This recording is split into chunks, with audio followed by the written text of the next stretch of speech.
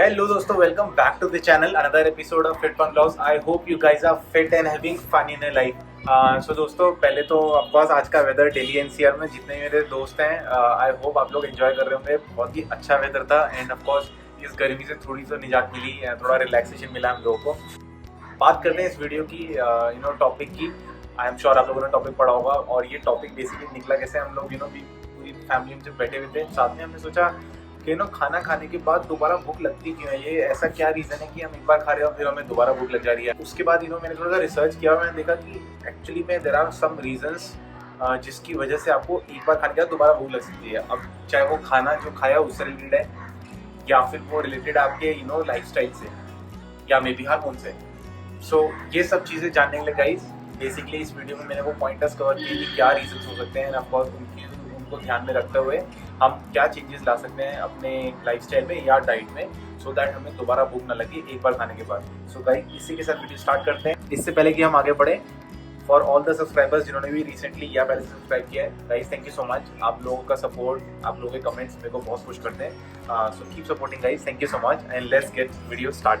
सो दोस्तों, सबसे पहला रीजन हमारा जो हो सकता है एक बार खाने के बाद दोबारा भूख लगना is meal composition. Yes, now for example, मैं आई एम श्योर अगर आप लोग मेरे पहले वीडियोस देखेंगे डाइट प्लान के पर्सपेक्टिव से, सो हमारी अगर किसी भी डाइट के अंदर प्रोटीन का परसेंटेज कम है तो आपको भूख फिर भी ज़्यादा लगेगी. यस, नाउ फॉर एग्जाम्पल आपकी डाइट में मान लीजिए प्रोटीन का परसेंटेज कम है और कार्ब या फैट ज़्यादा है, तब भी आपको भूख ज़्यादा लगेगी. बिकॉज उन दोनों की कैलोरी भले ही सिमिलर हो पर फिर भी बॉडी को जब प्रोटीन ज़्यादा मिलता है तो उससे ज़्यादा फुलनेस आती है. इवन आपका जब प्रोटीन का आप कंजम्पशन करते हैं तो आपकी बॉडी कुछ अच्छे फुलनेस के हार्मोन्स को रिलीज़ करती है. For example glycogen peptide, right. So ऐसे तरह के हार्मोन्स को रिलीज़ करती है. इसको डाइजेशन में भी वो टाइम लगाते हैं. So that is one thing in terms of meal composition. अब जो दूसरा एलिमेंट है मील कंपोजिशन के पर्सपेक्टिव से वो है fibres. Yes, so things like चाहे ओट्स हो, चाहे वेजिटेबल्स हो, इवन फॉर दैट मैटर आपकी सीड्स हो, अगर ये सारी चीज़ें आपकी डाइट में इन्वॉल्व नहीं हैं तो भी आपको खाना खाने के बाद फिर से भूख लग सकती है.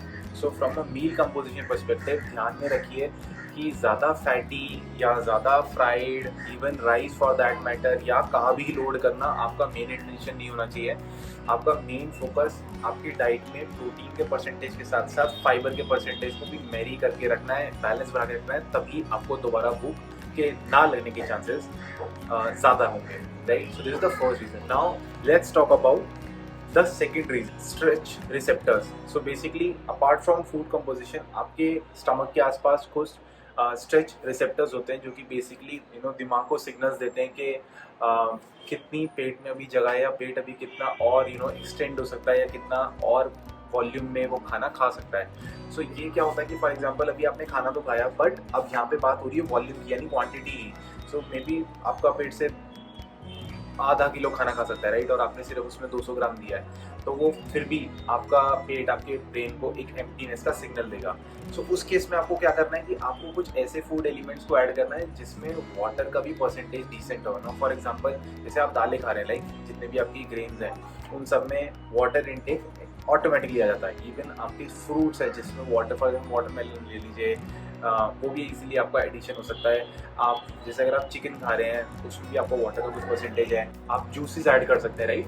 सो आपको आप साथ में जितना वाटर वाले हाई वाटर लेवल की चीज़ें वो आप मेंटेन करेंगे अपने डाइट में, उससे आपके पेट में और फुलनेस आती है. So that is what you have to ensure कि आपको अभी बात हो रही है, ये नहीं हो रही है कि हमको पेट का अगर साइज है फॉर एग्जांपल आधा किलो तो हमें आधा किलो ही खाना है. हमें खाना वो खाना है जो न्यूट्रिशनल भी हो और वो फुलनेस भी दे साथ में, राइट. आपको उनको उस तरीके से नहीं भरना कि आधा किलो तो एकदम टाइट हाफ केजी ही खाना के रखना है. आप भले वो 200 gram mix of protein, carb and fat लो, बट वो 200 ग्राम्स ऑफ उस डाइट में 200 ग्राम्स ऑफ कैलोरी की उस डाइट में आपको बस ये ध्यान रखना है कि आपका वाटर का परसेंटेज भी उतना ही मेंटेन है, प्लस आपके फाइबर और प्रोटीन का परसेंटेज भी उतना ही मेंटेन है. गाइस हमारा तीसरा रीजन जो कि हो सकता है कि अगर हमने खाना खाया उसके बाद भी भूख लगी, that is leptin resistance. So leptin एक तरह का हार्मोन है. सो अगेन हम लोगों ने अभी तक बात कर ली. सो हमारा पहला रीजन था मील कंपोजिशन, राइट. दूसरा रीजन हमारा था स्ट्रेच रिसेप्टर्स और जो तीसरा रीजन गाइस ये again, so now we are going to hormones and hormones में स्पेसिफिकली लेप्टिन. सो बॉडी में क्या होता है कई बार ड्यू टू ओवरवेट या क्लोज टू ओबेसिटी जब हमारी बॉडी लैक्टिन रेजिस्टेंस हो जाती है। सो फॉर एग्जांपल आपकी बॉडी में जो लैक्टिन होता है वो आपके ब्लड लेवल्स में होता है। सो आपकी बॉडी कई बार उससे इतना रेजिस्टेंस दे है, फॉर एग्जांपल भले आपकी ब्लड में for example leptin decent amount में होगा, but due to high amount of fat in your blood vessels, वो ब्रेन उनको समझ नहीं पाता उस सिग्नल को कि बॉडी फुल है, और आप फिर भी खाते रहते हैं। अब लेप्टिन रेजिस्टेंस के लिए बेसिकली आपको करना क्या है गाइस, पहली बात आपको समझना चाहिए कि ये ओवरवेट होने की वजह से ज़्यादा होता है, आपकी बॉडी में अगर फैट परसेंटेज ज़्यादा है। सो आपको उस चीज़ को कंट्रोल करने के लिए चीज़ें जो ध्यान रखनी है वो है एक्सरसाइज करें रेगुलरली, प्रॉपर स्लीप लें ताकि स्ट्रेस लेवल आपका कम हो, शुगर का इंटेक कम से कम रखना है, एंड प्रोटीन का इंटेक अपना मेंटेन कर रखना है। सो ये 4 चीज़ अगर आप करेंगे इजीली आपका बॉडी लेप्टिन रेजिस्टेंस लेवल से बाहर आएगा। सो ये तो 3 चीज़ें हुई गाइस, हम लोगों ने बात कर ली ब्रॉडली के खाने के कंपोजिशन के पर्सपेक्टिव से, या इंटरनली हमारे रिसेप्टर्स जो है उनके पर्सपेक्टिव से, हमने हार्मोन्स की बात कर ली। अब हमारा जो चौथा पॉइंट है गाइस वो है बिहेवियर या फिर लाइफस्टाइल। हमारा लाइफस्टाइल भी बहुत ज़्यादा इफेक्ट देता है हमारे डाइट या ईटिंग हैबिट्स के ऊपर।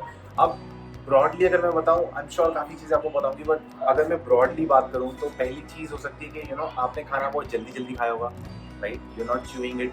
आप प्रॉपरली उसे च्यूइंग करेंगे तो आप मे बी ढंग से उसको डाइजेस्ट भी नहीं कर पाएंगे, और जितना आप शायद अगर ढंग से च्यू करते हैं तो मे बी आप और वॉल्यूम में उसको खा सकते हैं, right. So that's the first. अगर आप स्ट्रेस्ड हैं, सो फॉर एग्जांपल अगर आपको स्ट्रेस, कहीं पर लोग स्ट्रेस में ज़्यादा खाते हैं, so maybe that can be one of the reason कि आप लोगों ने एक बार खाना खा लिया उसके बाद दोबारा खाना है। So stress can be one of the reason. आप शायद एक्सरसाइज बहुत ज़्यादा कर रहे हैं तो आपको उसकी वजह से भूख भी ज़्यादा लग रही है, so that can also be a reason, because body जितना कैलोरी बर्न करेगी ऑफकोर्स आप लोग फिर उतना उसको खाते भी हैं, बिकॉज बॉडी को उसको अपने आप को रिकवर करने के लिए वो उतनी कंजप्शन बढ़ती है। ये भी हो सकता है कि मे बी आप लोग इनफ फूड नहीं खा रहे हो, आप लोग एम्प्टी कैलोरीज खा रहे हो। अब एम्प्टी कैलोरीज बेसिकली वो सब कैलोरीज होती है जिसमें आपको कोई एनर्जी मिलनी नहीं है, राइट। और गाइस मैं ये एम्प्टी कैलोरीज के बारे में एक अलग से वीडियो बनाऊंगा समझाने के कि एम्प्टी कैलोरीज होती क्या है, and it's a very interesting thing. Even आपका lack of sleep can be one of the reason आप खाए जा रहे हैं। एंड सबसे लास्ट रीजन जो मुझे लगता है from medical science perspective also is,